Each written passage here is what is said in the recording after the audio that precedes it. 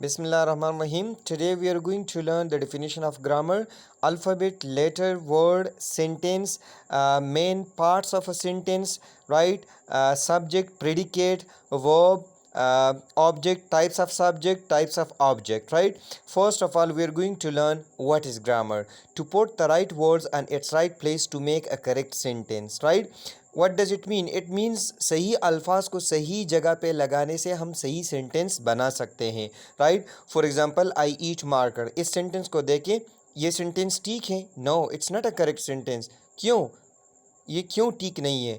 क्योंकि इस सेंटेंस में आई ईट मार्कर, ये जो वर्ड्स हैं ये सही जगह पे प्लेस किए हैं सारे. आई को भी सही जगह पे प्लेस किए, ये सब्जेक्ट है. ईट को भी सही जगह पे प्लेस किया, ये वर्ब है, राइट? और जो मार्कर है ये ऑब्जेक्ट की जगह पे इधर लगाया है, ये सही जगह पे प्लेस किया है. बट ये जो वर्ड है ये ठीक नहीं है. Marker is not something to be eaten. So definition, according to the definition of grammar, ये सही सेंटेंस नहीं है, right? Because the words are place are its proper places, but the word marker is not correct here. The word marker is not right here, right? So to put the right words at its right place to make a correct sentence, इस definition के मुताबिक ये sentence ठीक नहीं है, right? Second example को देखिए, I eat in apple.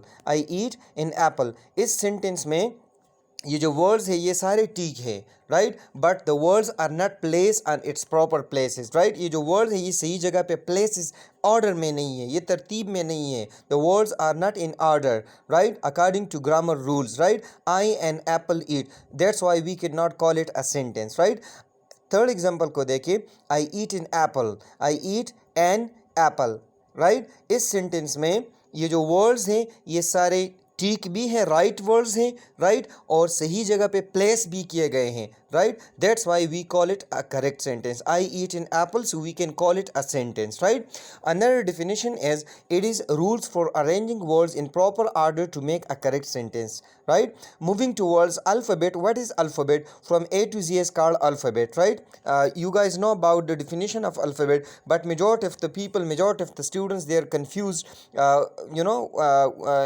If once if one asks someone, let's suppose if we ask someone about the definition of alphabet, so majority of the students, majority of the people, they are of the opinion that in English there are 26 alphabets, right? But keep it in your mind, in English there is only one alphabet. There is only one alphabet in English, right? अब आप लोग सोच रहे होंगे कि एक alphabet कैसा, how is it possible कि इंग्लिश में सिर्फ एक अल्फ़ाबेट है, राइट?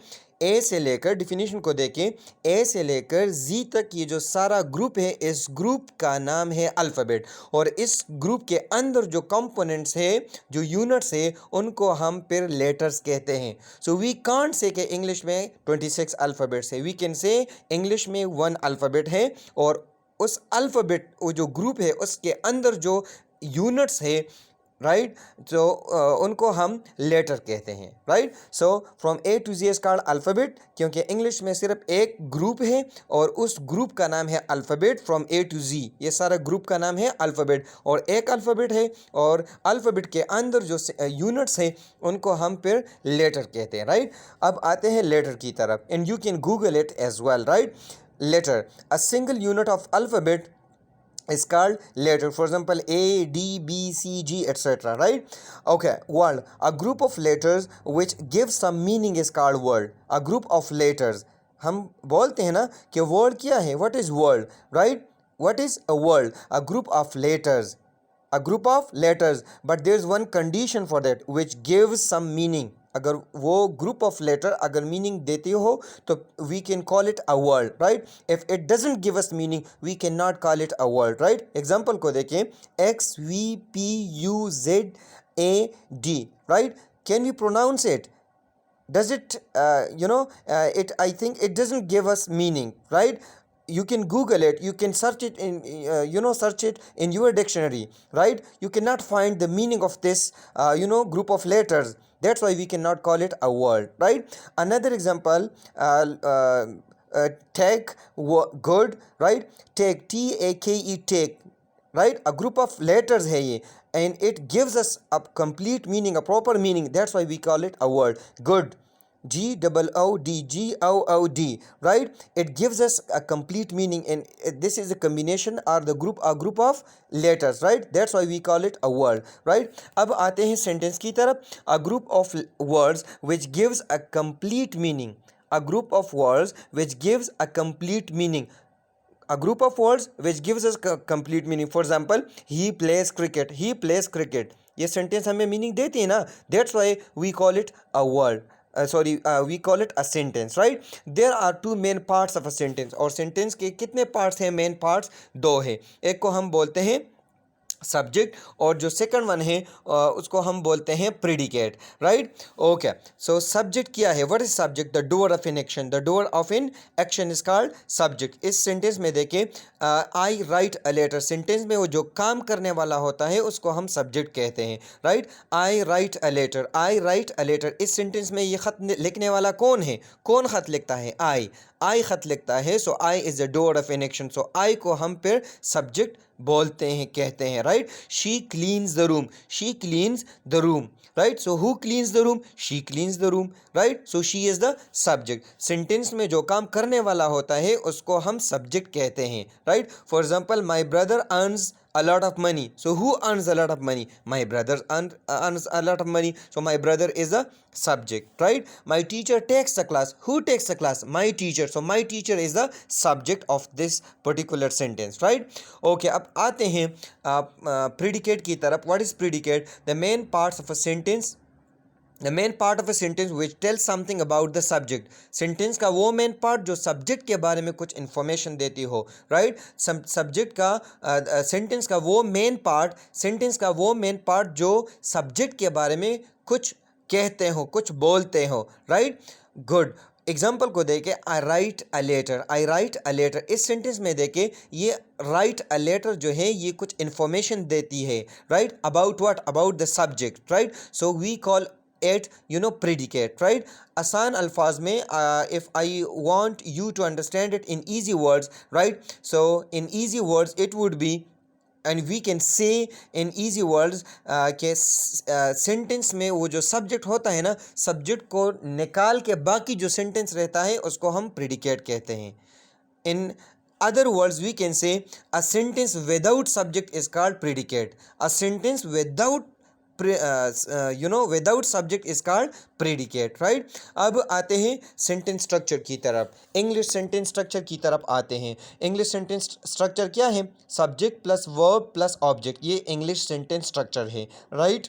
अब इस सेंटेंस स्ट्रक्चर को हम एक्सप्लेन करते हैं. इसमें सबसे पहले सब्जेक्ट के बारे में हम बात करते हैं, और सब्जेक्ट को वैसे हमने इधर एक्सप्लेन भी किया. Again I'm going to talk about subject, right? The doer of an action, जो काम करने वाला होता है, right?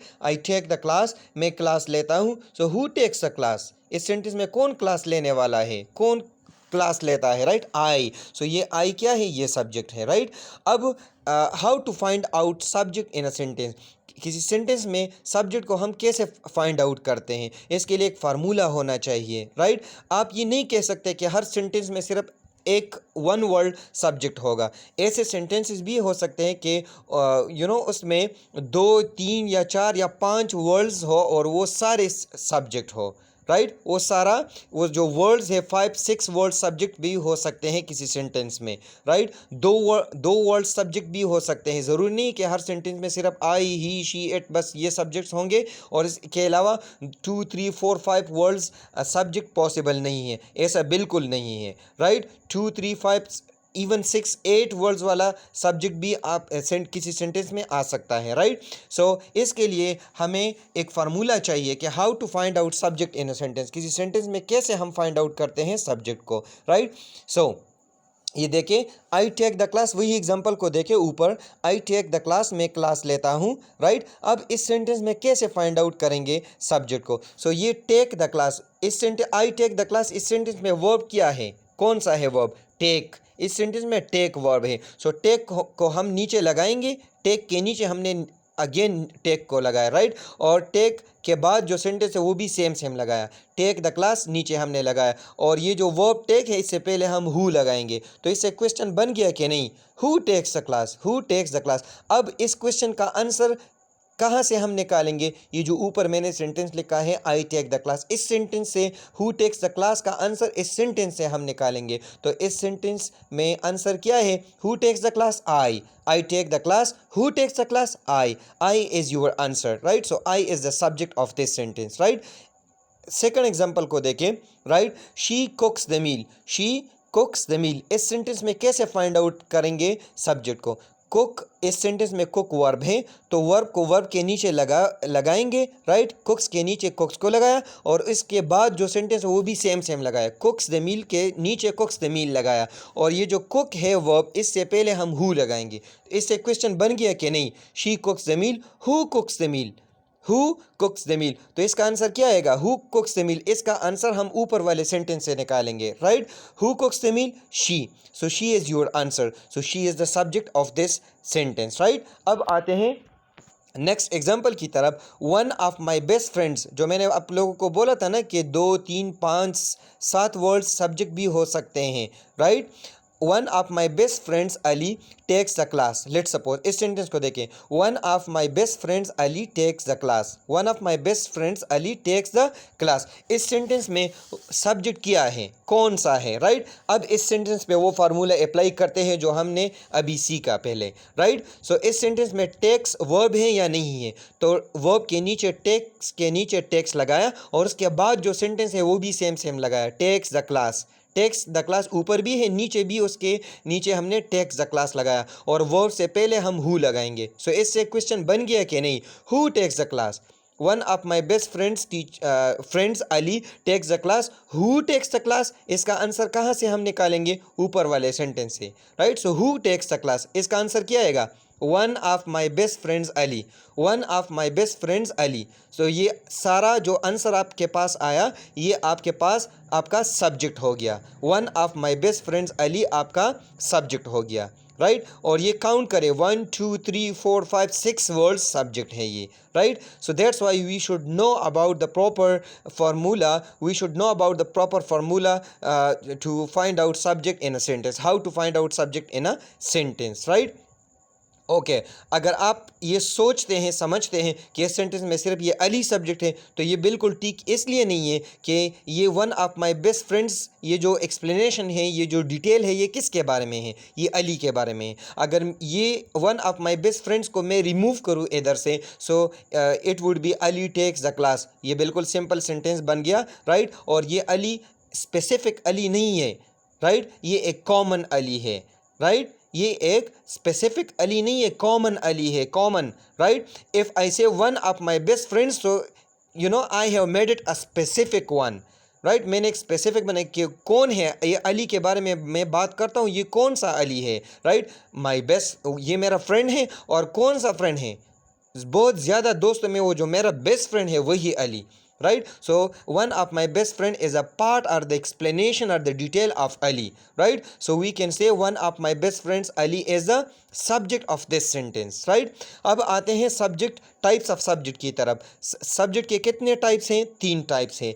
फर्स्ट वन को हम कहते हैं simple subject, second one is compound subject and third one is complete subject, right? Simple subject क्या है? सिंपल सब्जेक्ट मीन्स आसान अल्फाज में, आसान वर्ड्स में single subject. Single subject mean अगर किसी सेंटेंस में एक सब्जेक्ट आया हो तो उसको हम सिंपल सब्जेक्ट कहते हैं। एग्जाम्पल को देखें, अली प्लेस क्रिकेट। इस सेंटेंस में कितने सब्जेक्ट्स हैं? एक सब्जेक्ट है, अली है, राइट? सो ये सिंपल सब्जेक्ट है, राइट? अगर किसी सेंटेंस में एक सब्जेक्ट हो तो उसको हम सिंपल सब्जेक्ट कहते हैं। कंपाउंड सब्जेक्ट की तरफ आते हैं। कंपाउंड सब्जेक्ट मीन मोर देन वन सब्जेक्ट। अगर किसी सेंटेंस में एक से ज़्यादा सब्जेक्ट्स आए हो तो उसको हम कंपाउंड सब्जेक्ट कहते हैं। For example, Ali and Arif go to school. Ali and Arif go to school, right? So इस सेंटेंस में अली भी सब्जेक्ट है, आरिफ भी सब्जेक्ट है, राइट? ये स्कूल कौन जाते हैं? अली भी जाता है और आरिफ भी जाते हैं। एक से ज़्यादा सब्जेक्ट्स हैं तो इसको हम कंपाउंड सब्जेक्ट कहते हैं, राइट? अब आते हैं कंप्लीट सब्जेक्ट की तरफ। What is complete subject? Complete subject mean subject one or more than one subjects with detail, one or more subjects with explanation. अगर एक या एक से ज़्यादा, ये एक भी हो सकता है, दो भी हो सकते हैं, राइट? एक या एक से ज़्यादा सब्जेक्ट्स अगर आए हो विद डिटेल और विद एक्सप्लेनेशन तो उसको हम फिर कंप्लीट सब्जेक्ट कहते हैं, right. For example one of my best friends Ali, वही एग्जांपल मैंने इधर लिखा है, one of my best friends Ali takes the class, one of my best friends Ali takes the class. इस सेंटेंस में देखें ना, ये अली आपके पास प्रॉपर ये जो सब्जेक्ट है वो अली है, राइट। और ये जो one of my best friends है ये अली के बारे में एक्सप्लेनेशन है, डिटेल और एक्सप्लेनेशन और इंफॉर्मेशन अबाउट अली है, right. So this is the part of a subject Ali, right. I hope you got it, right.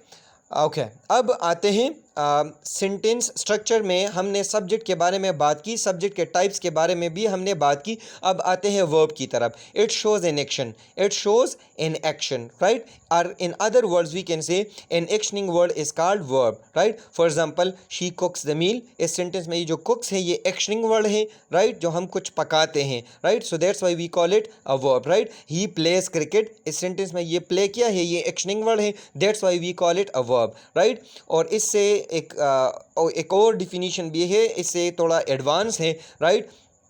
But whenever I am teaching, I am taking the class with beginners, so I always go for this very simple definition, right। वो जो दूसरा definition है उसमें हम ये कहते हैं कि it shows in action, state or event, it shows in action, state और इवेंट, ये एडवांस डिफिनीशन। और इसमें वर्ब के बारे में जो सारा इन्फॉर्मेशन है, वो जो सारे डिटेल है, वो सारे इसमें आते हैं। It shows in action, state और event, right. But I always go for the simple and for the easiest definition while I'm taking the class with beginners, right। That's why I have explained this very simple definition to you guys, right। Okay, अब आते हैं object की तरफ, right। The receiver of an action, the receiver of an action, what is the receiver of an action? For example, if I give you an example, I eat, अगर मैं आप लोगों को बोलता हूँ लेट सपोज I eat, मैं खाता हूँ, तो आप लोग सोच रहे होंगे कि for example I am talking about an apple, right। Some of the students would be thinking that I am talking about banana,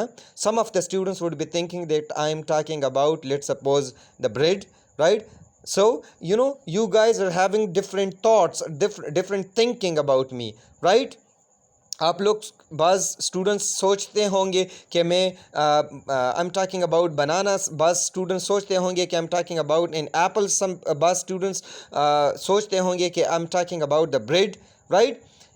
because there is a kind of confusion. I eat, मैं खाता हूँ, क्या खाता हूँ, राइट। Eat what, right. Because the word action, in actioning word eat is there, but it has not received by any object, right। So if I say, for example, I eat, so I eat what, I eat what, so I eat an apple। let's suppose if I say I eat an apple, right, जो ऊपर वाला sentence था I eat, मैं खाता हूँ, उसमें confusion था, right, listeners के लिए, राइट। और ये जो नीचे मैंने दूसरा एग्जांपल दिया है आई ईट एन एप्पल, इस सेंटेंस में इस एन एप्पल ने वो कन्फ्यूजन दूर किया, राइट। और इस ईट को रिसीव किया, और ईट किया है ये एक्शनिंग वर्ड है। सो ये रिसीवर ऑफ एन एक्शन बन गया कि नहीं बन गया। और आप students, some of the students were of the opinion that I'm talking about in, let's suppose, a banana, right। And some of the students were of the opinion that I'm talking about the bread, right। और ये an apple जो मैंने इधर लगाया, so an apple ने इस word, इस actioning word ईट को रिसीव किया कि ये ईट, ये जो एक्शनिंग वर्ड ईट है ये मेरे लिए यूज़ हुआ है, ये ब्रेड के लिए यूज़ नहीं हुआ है, ये बनाना के लिए यूज़ नहीं हुआ है, ये मेरे लिए यूज़ हुआ है, right. So an apple has received the actioning word eat, right। That's why we call it an object. An apple has an object over here, right। I hope you don't have any issue, right। अब आते हैं how to find out an object in a sentence। अब sentence में object को कैसे find out करेंगे, इसके लिए भी एक फार्मूला होना चाहिए, right. And this is very simple, right. For example, we play cricket, we play cricket, इस सेंटेंस में देखिए वी प्ले क्रिकेट। अब इसमें हम ऑब्जेक्ट को कैसे फाइंड आउट करेंगे, इसमें हम सब्जेक्ट के नीचे सब्जेक्ट लगाएंगे, वर्ब के नीचे वर्ब लगाएंगे, और उसके बाद जो ऑब्जेक्ट है ऑब्जेक्ट के नीचे हम व्हाट लगाएंगे, right. For example, we play cricket, so we play what, we play what. तो इसका आंसर हम कहाँ से निकालेंगे, ऊपर वाले सेंटेंस से। We play cricket, we play subject के नीचे वी सब्जेक्ट है, इसके नीचे हमने वी लगाया। प्ले वर्ब है, वर्ब के नीचे हमने वर्ब लगाया play, right. So we play cricket, we play, और ऑब्जेक्ट के नीचे हम व्हाट लगाएंगे। इसका जो आंसर आएगा, अगर ये एक वर्ड हो, 2 वर्ड्स हो, 5 वर्ड्स हो और 7 वर्ड्स हो, वो हमारे पास ऑब्जेक्ट होगा, right. So we play cricket, we play what, cricket, right. So ये क्रिकेट आपके पास ऑब्जेक्ट बन गया, right. This is your object, right. अब आते हैं ऑब्जेक्ट के टाइप्स की तरफ। एक है डायरेक्ट ऑब्जेक्ट और दूसरा है इनडायरेक्ट ऑब्जेक्ट, राइट। ये जो डायरेक्ट इनडायरेक्ट की जो डिफिनेशन है वो तो मैंने नहीं लिखे, but I would move heaven and earth to explain direct and indirect objects with this very example, right. For example को देखें। He gave a book to his sister, he gave a book to his sister। इस sentence में देखिए, इस sentence में मैंने आप लोगों को बोला था ना कि ऑब्जेक्ट को हम कैसे फाइंड आउट करेंगे, व्हाट पे हम क्वेश्चन करेंगे। तो व्हाट का जो आंसर आएगा वो हमारे पास डायरेक्ट ऑब्जेक्ट होगा, और टू होम का जो आंसर आएगा वो हमारे पास इनडायरेक्ट ऑब्जेक्ट होगा। इस सेंटेंस को देखें अब, he gave a book, he gave a book to his sister. तो इस सेंटेंस में अभी मैं वो फार्मूला अप्लाई करता हूँ व्हाट वाला। ही गेव, देखे ना, सब्जेक्ट के नीचे मैंने सब्जेक्ट लगाया, ही के नीचे ही लगाया, गेव के नीचे मैंने गेव लगाया, और ऑब्जेक्ट के नीचे मैंने व्हाट लगाया। So he gave what, he gave what. What का जो आंसर आएगा इस सेंटेंस से वो हमारे पास डायरेक्ट ऑब्जेक्ट होगा। So he gave what, a book. So ये जो अ बुक है ये आपके पास डायरेक्ट ऑब्जेक्ट है, राइट। ओके, अब आते हैं इनडायरेक्ट ऑब्जेक्ट की तरफ। ही, ये देखें स्लैश के बाद ये जो सेंटेंस है इसको देखें। He gave a book to home, he gave a book to home, to his sister. ये ऊपर वाले सेंटेंस में देखें ना, he gave a book to home, he gave a book to his sister. So ये जो टू हिज सिस्टर है ये आपके पास इनडायरेक्ट ऑब्जेक्ट बन गया, right? I hope you got all the things which I have explained in today's lecture, right? Thank you very much. Thanks for your lovely class, right? I hope you would love the class, you would enjoy the lecture, and you would learn all the things.